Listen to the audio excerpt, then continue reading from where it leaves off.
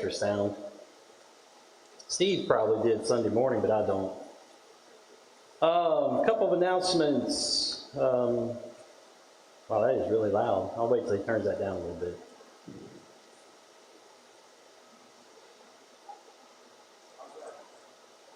That's good. Thank you.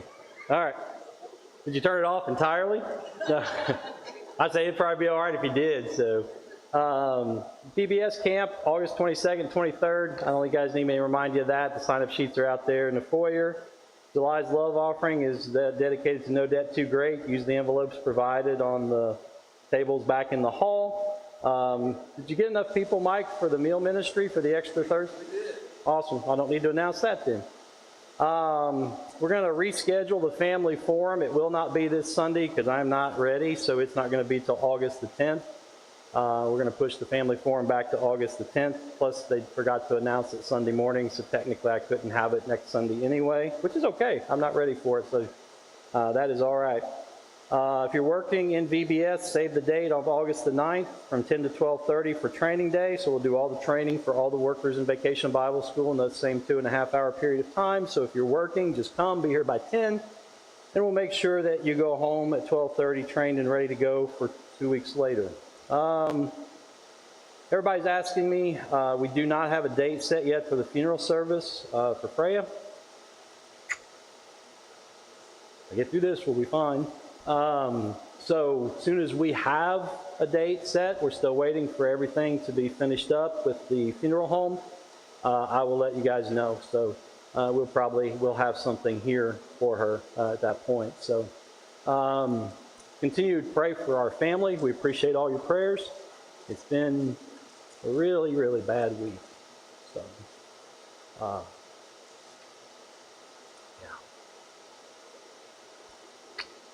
we're going to be all right, though. So, yeah. So pray for me tonight. Of all the things, this is where we left off last week. So,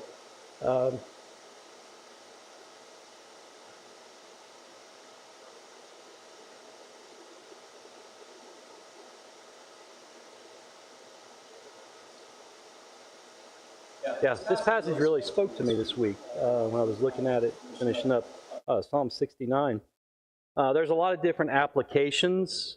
The literal initial application was David talking about his own difficulties in life surrounding his affair with Bathsheba and how that spilled over into his family. It affected his family, and then his own son had rebelled against him and driven him off the throne and taken his place. He's going through all these bad events and all these terrible things that happened, and he talks about how everyone was mocking him and everyone was making fun of him because of his dire circumstances. And this is where we left off a couple of weeks ago. And he talks about how he wept in his soul and was fasting, trying to sort through things. And we talked about it a few weeks ago, if you remember. It's kind of like, I use the phrase being twisted up. You know, you're confused, you're upset, you're even angry. You don't know what to do next, and you're just looking for answers. And that's David. He's just looking for answers. And then lo and behold, I get stuck in a situation where I even connect with David even more. I really understand this whole process he was going through. He does, in some sense, recognize that he's not guiltless, but he also recognizes that this is just terrible. Everything in his life is just awful. What's happened to him and what's happened in his family. And so he's really just weeping. And I love what he says about weeping in his soul. This is not just the outward crying.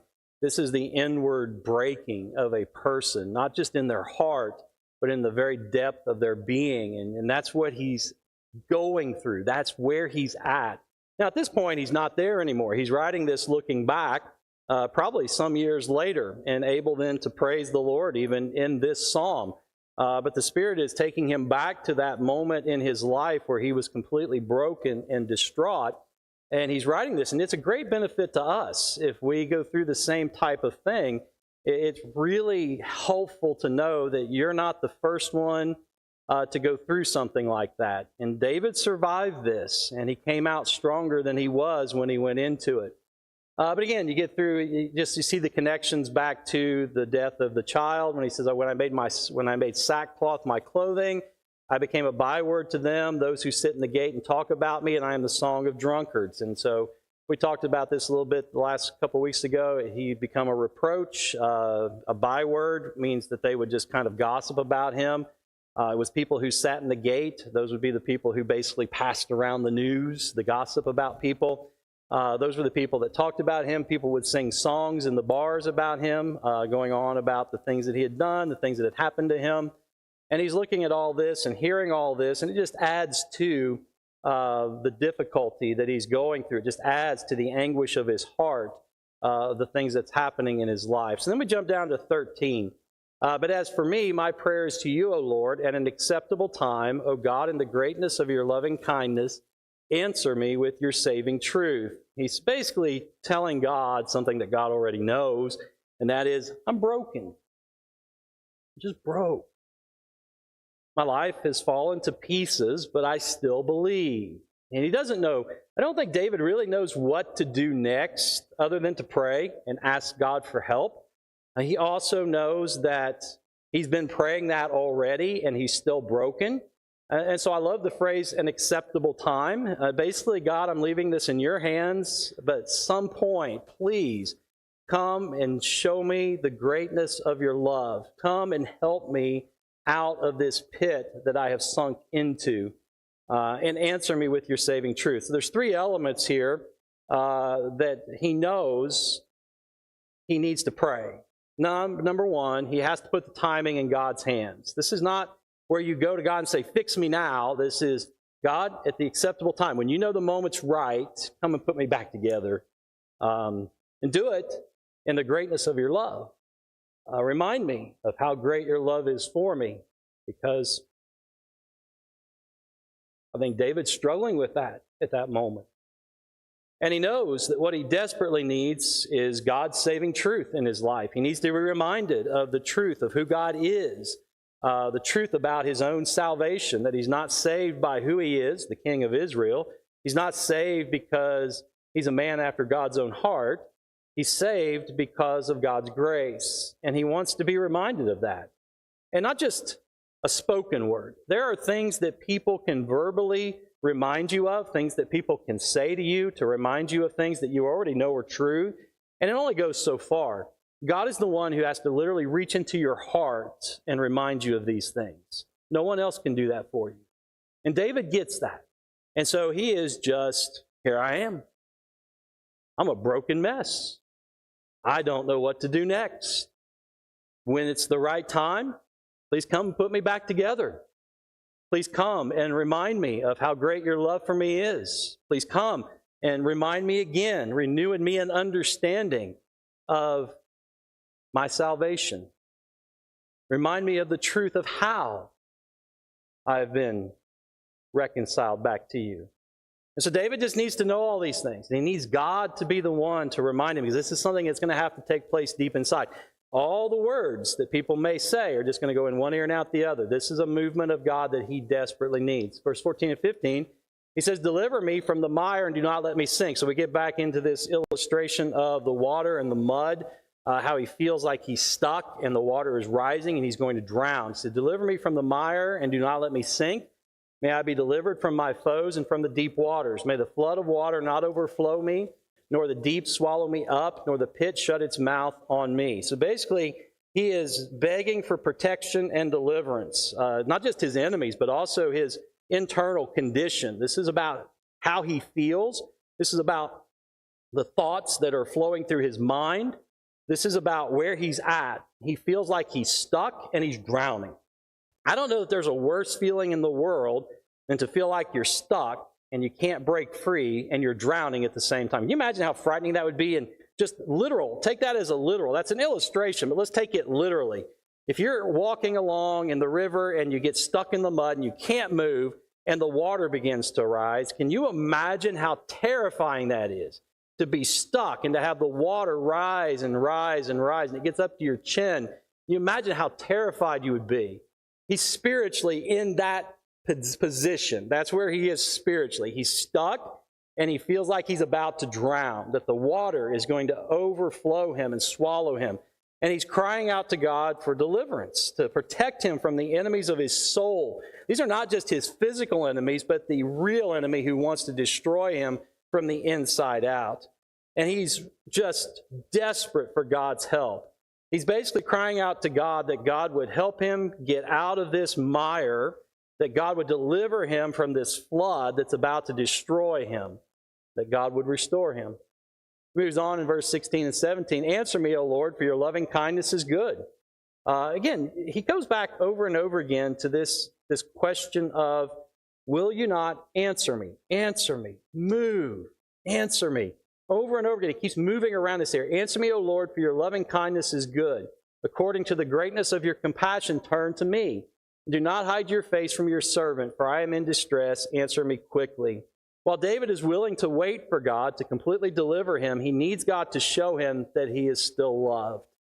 Often in the midst of adversity, while waiting on deliverance, we need to be reminded all over again of God's amazing grace, his awesome love, and his overwhelming compassion. I think when we're in the midst of really difficult circumstances, regardless of what they might be, I think this would apply to loss, persecution, mistreatment and abuse. We need to be reminded that God still loves us, because we can get so distraught that we begin to think that God doesn't love us anymore. We can get so upset that we begin to think that God has turned away and left us alone when he's still there. And what David wants is, he wants God to remind him that he's not gone. He doesn't see that in that moment. All he can see is the pain and the sorrow and the suffering.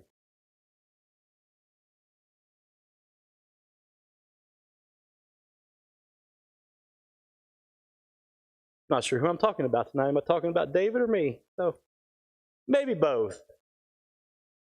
You ever been there? But that's all you can see. Your faith says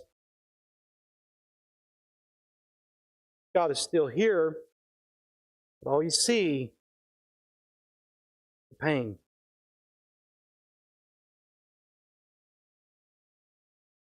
David knows God's still there. Deep down in here, and even in here, he knows. But why does he cry out, do not hide your face from your servant, for I am in distress, answer me quickly?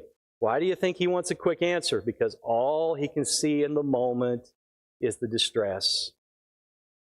I mean, in his theology, he knows God's still there, but in the moment, he doesn't see him, he doesn't feel him, and he doesn't hear him, because the pain and the distress and the persecution is so great that that's all he's aware of.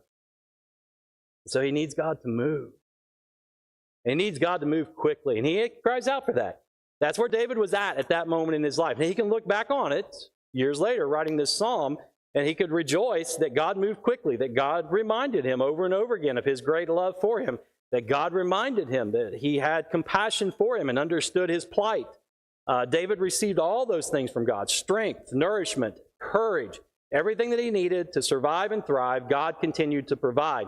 But in that moment, he's writing this, and there's a reason the Spirit of God inspired him to write this with such honesty. In that moment of sorrow, pain, persecution, and distress, he just couldn't see it. And so he had to cry out to God to clarify it for him, to show him and remind him and renew him in these areas. Because pain can be so intense that you really believe that God has turned away. And we need to always be aware of the presence of God, but at times in life it can be very difficult. And that's when you cry out to God. You just cry out for God to do what you cannot do for yourself, to show you his greatness, to remind you of his love, to help you to see his face again so that you're no longer in distress. Verse 18. Oh, draw near to my soul and redeem it. Ransom me because of my enemies. So again, you see this: draw near, answer, come quickly. Over and over again, you see the urgency, the need. Is David, a man of faith, a man after God's own heart, is weak in this moment. Things have accumulated, they've built up, and everything has come to a head, and he's experienced a great loss, and he's in the midst of persecution and distress, and he just needs God to do for him what he cannot do for himself. My best understanding of verse 18 is that David wants to be refreshed in his soul. I don't think for a moment that he feels like he's lost his salvation, but what he does need is for his soul to be refreshed. I think in this moment, David probably felt like his soul was numb, frozen, and asleep. Because he had been through so much and it just built up through the years, these last years of his life that lead up to the events that are being recorded in Psalm 69. I think he just gets to the point where he feels this frozenness, this numbness, a deadness, if you will. And it doesn't mean that he's not a child of God. It just means that he has been overwhelmed. And that's why he talked about being stuck in the mud and the floodwaters rising up. He's literally been overwhelmed. All of us have a point of breaking. We all have an end to our rope. The joy for us is our God never breaks. And our God's rope doesn't have an end. And so we are going to need Him to help us when we break, when we get to the end of our rope. And that's what David wants here. He wants this soul to be renewed. He wants this refreshing. He wants this renewal that he cannot produce on his own.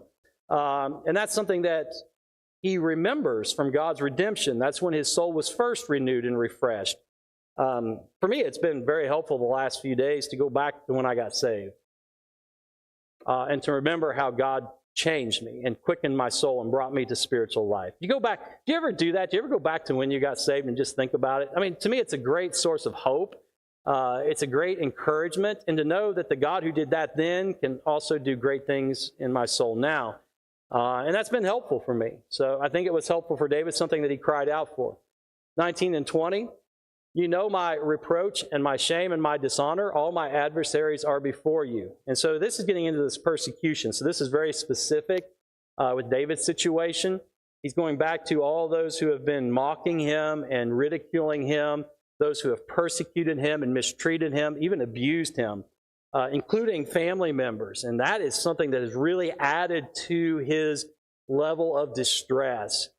He says, reproach has broken my heart, and I am so sick. So reproach would be these things that people were yelling at him or saying to him or saying about him. These negative things, these really just heart-wrenching things they were saying about David.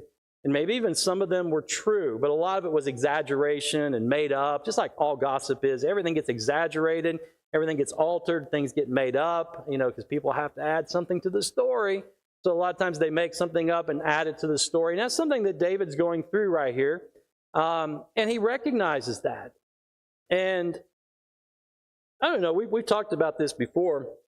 One of the stupidest statements I ever learned when I was a kid, my grandma used to say to me, and I love her, she was a saintly woman, but she got this one wrong.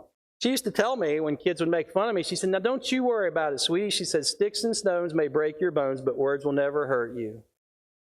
That wasn't true. I knew it wasn't true when she told me that.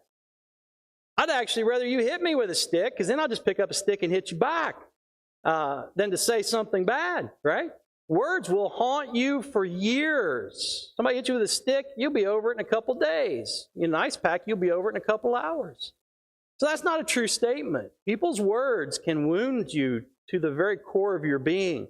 I think David probably preferred war to what was going on to him at this moment in his life, where people were talking about him and saying bad things about him and to him, things that really just brought him down to a point where he was struggling with himself and trying to work through, and he just couldn't quite get it.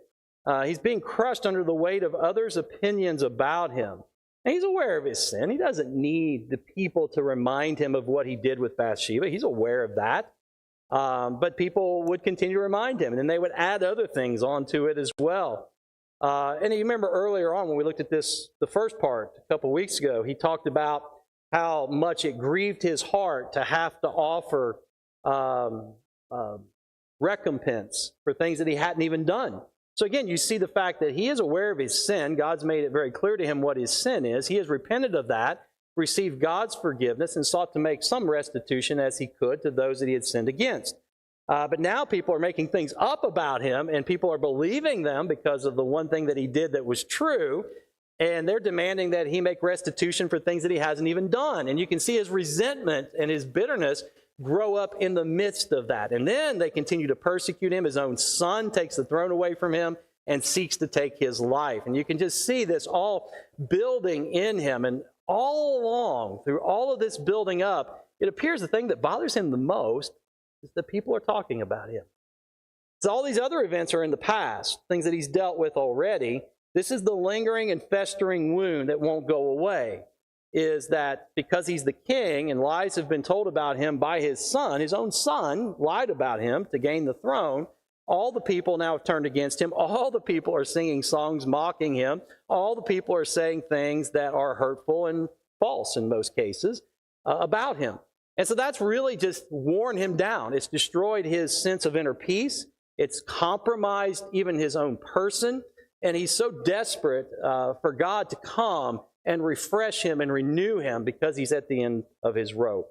So words can be very damaging. Words absolutely can be very damaging to a person. In this case, David is being literally destroyed by the words of others. Verse 20 and 21, we're getting close to the end tonight. Reproach has broken my heart, and I am so sick. So again, he gets into this reproach, this idea of what people are saying, how they look at him, and how that has broken his heart, and that he is so sick, physically ill, spiritually ill, emotionally ill from what has been said. And I looked for sympathy, but there was none, and for comforters, but I found none. And really, David is isolated at this moment in his life. The nation turned against him. His family turned against him. Most of his friends, a few of his friends stuck with him, but most of his friends turned against him. The army that he had led was now hunting for him. So he had a few, but mostly just allies, not really comforters or people that would be able to offer sympathy to him, more people who were just loyal to him. But most were not. He talks about how he couldn't find any comforters or anyone that would sympathize with his plight. They also gave him gall for food, and for thirst they gave me vinegar to drink. Now, again, not hard to make the connection to Christ there, is it? There's a clear messianic undertone here. What David is going through was then connected to what Christ would go through. Isn't that fascinating? So as David's pouring all this out, the condition of his heart, how he is broken, and a lot of his brokenness at this point is rooted in the past, but more so in what people are saying about him in the present. How they're bringing up all these things from his past, his affair with Bathsheba, his killing of her husband, the death of his infant child, and they're using that against him now based on his own son's lies to undermine him. And the people have turned on him, and they are mocking him and ridiculing him, and it's just broken him all over again because it's forcing him to go back into that past and be aware of what God has forgiven him of, but people, especially the devil, are now using to tear him apart. And he's distraught, and he's basically at the end, and he's crying out to God for strength. And in that moment, you see this connection. The Spirit of God used very special words as he inspired him to write, connecting him directly to the suffering of Christ at the cross. And what were people doing to Jesus when he went to the cross? Were they talking about how great he was? Were they thanking him for all the miracles he performed while he was with them? No. They were mocking him. They were spitting on him. They were using the fact that he was about to die for their sins as a way to destroy him if they could. They wanted to literally tear the Son of God apart with their tongues. That was not pleasant either, was it? Right, what was the thing? If you're really the Son of God, just come down off the cross. You know, and that was not a kind invitation to come down off the cross. That was a form of ridicule, reproach. So David went through the reproach he went through, and Jesus went through the reproach at the cross. And so that's the connection in verse 21. You definitely see the parallel there. So David gets to experience a little bit of the rejection that Christ would experience. And David thought it was a huge amount that he endured, and it probably was compared to anything I've endured or you've endured, just by the sheer numbers of people that were hurling reproach at David. But it was nothing in comparison to the reproach that Christ suffered on the cross.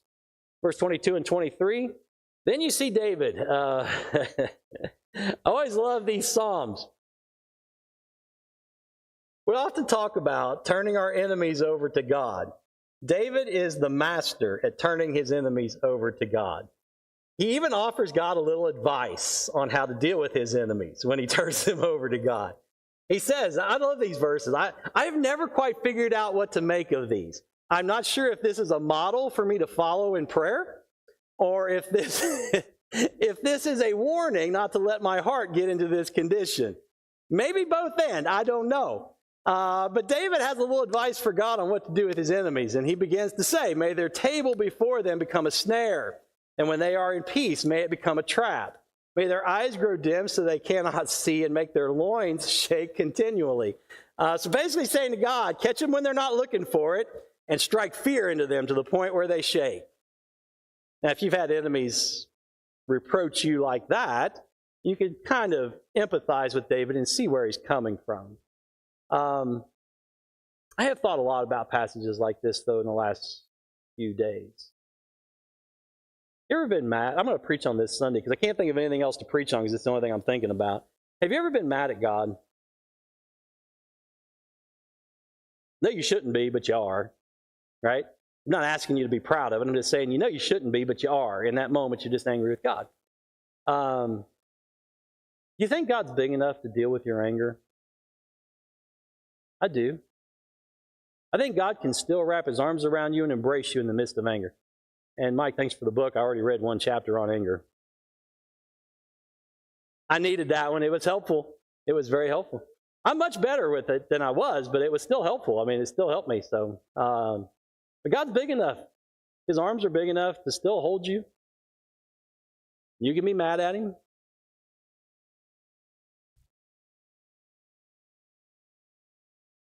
You think that he's big enough for you to pour your anguish about your enemies out, in all honesty? You think God's still going to love you? He already knows.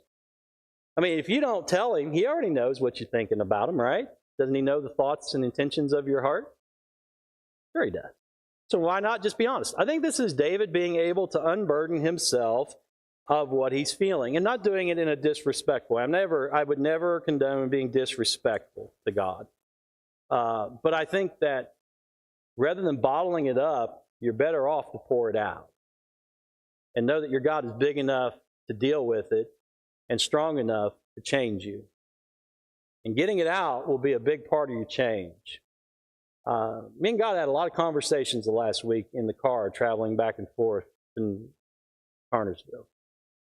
I made the trip just about every day until the last couple of days when I finally started to come back in. I had to ease my way back in. I worked a few hours on Monday. I worked a few more hours on Tuesday. And I've been here all day today, and I am so ready to go home. Just because I'm just tired.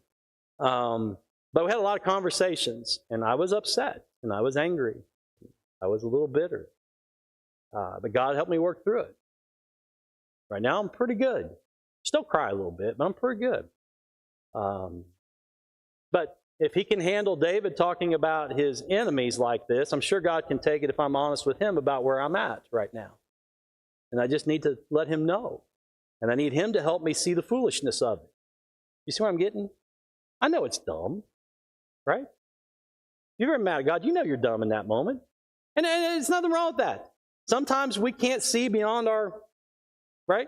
What I see right now is the pain. That's it. I don't see anything beyond that. I know there's something else there. I know you're still present, but I just can't see it. And what I can see is all that matters right now. But God's big enough for you to pour that out and help you see beyond it. Just like with David. He's big enough. God, take this. David can pour this out. God will listen. It goes on, pour out your indignation on them. David's got a lot to say, by the way. If you ever think you're too long-winded, just read some of the Psalms. Because David doesn't stop with a few sentences. He just keeps going. Pour out your indignation on them, and may your burning anger overtake them. May their camp be desolate. May none dwell in their tents. For they have persecuted whom you yourself have smitten. It's like, I love that line. Did you ever catch that line? You already punished me for this. And now they're beating up on me too. That's what that means, isn't it? Did I misread that? Exactly what that means. For they have persecuted him whom you yourself have smitten. And they tell the pain of those whom you have wounded. So they add to my pain. Boy, I really got carried away with that. I guess we are done. I can't even back that one up, I don't think. Nope, that one's gone. But you can't see what he's pouring out. He's just pouring out his heart. And God can absorb that, and God can help him process through that and deal with it. Did David stay in that mindset, by the way? No, he didn't. What happened to David? What did David do when his son was killed? What did he do? Oh, not the baby, Absalom. I'm sorry, I misspoke.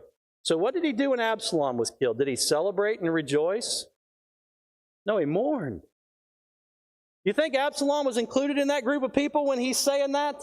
Yeah, he was, correct? Because Absalom was the ringleader. He was the chief liar. He was the one who turned all the people against him. Absalom bore the brunt of the blame for David's condition that's being recorded in Psalm 69. When Absalom is killed, though, God has already taken all of that venom and poison out of David, let him pour it out to him, and change David's heart. So when David's son is killed, rightfully so, based on who he was and what he was doing, David mourns. Here's what happens with anger, bitterness, jealousy, all these things that we tend to harbor in our hearts and keep in. You don't pour them out to God, there's no chance for you to be healed and fixed. Until you bring all that brokenness to Him and just say, here it is, you're never going to get put back together. The one who can help you with your anger, whether it's against Him or someone else, is the only one you should be sharing your anger with. You can tell people you're mad, but don't tell them why you're mad. If you want to talk about why you're mad, you talk about that with God. Jim asked me, he called me up, he said, how you doing? I said, I'm mad. He said, you mean you're upset? I'm like, nope, mad's the right word. And that's it. I'm not going to say more. I mean, I could talk about why I was angry. I could share that, but you know who I need to share that with? God. I mean, I can say a little bit about it. There's nothing wrong with that. But who I really need to pour my heart out to is God, and tell Him why I'm so angry, why I'm so mad. And then He'll begin to help me to sort through all that mess in my heart, all that mess in my mind, all that mess in the very depths of my soul. He'll begin to help me work through that. Kind of like draining the poison out. I got an illustration that I don't know if it's accurate, but it works for me.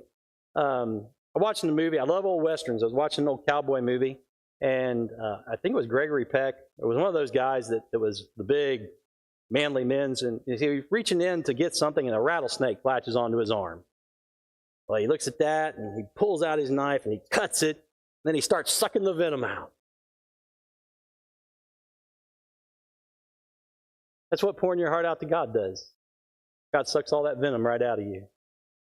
He lets you just pour it out. And He's big enough to absorb it all and take it all, and then put you back together and put better things in its place. So it's not good to hold it in. David doesn't hold it in. If you want to learn something from Psalm 69 that I learned this week, pour it out. Let God just pour it out. Say, hey, God, here I am. You know what's going on. You know what I'm thinking. You know how I'm feeling. You know where I'm at right now. You know how broken and messed up I am. So here it is. Here's what I'm thinking. There's no reason for me to hide it. You already know. So here it is. And you pour out. And I would never share that with anybody else. You don't need to know all the bad thoughts I have, right? But God needs to know, because I need to let them out so that He can help me get rid of them and not bring them back in. So you take all that to Jesus, you leave it with Him, and you keep on going and following Jesus. I'm a long ways from being right. And I'm a long ways from being restored and put back together. But I'm doing pretty well.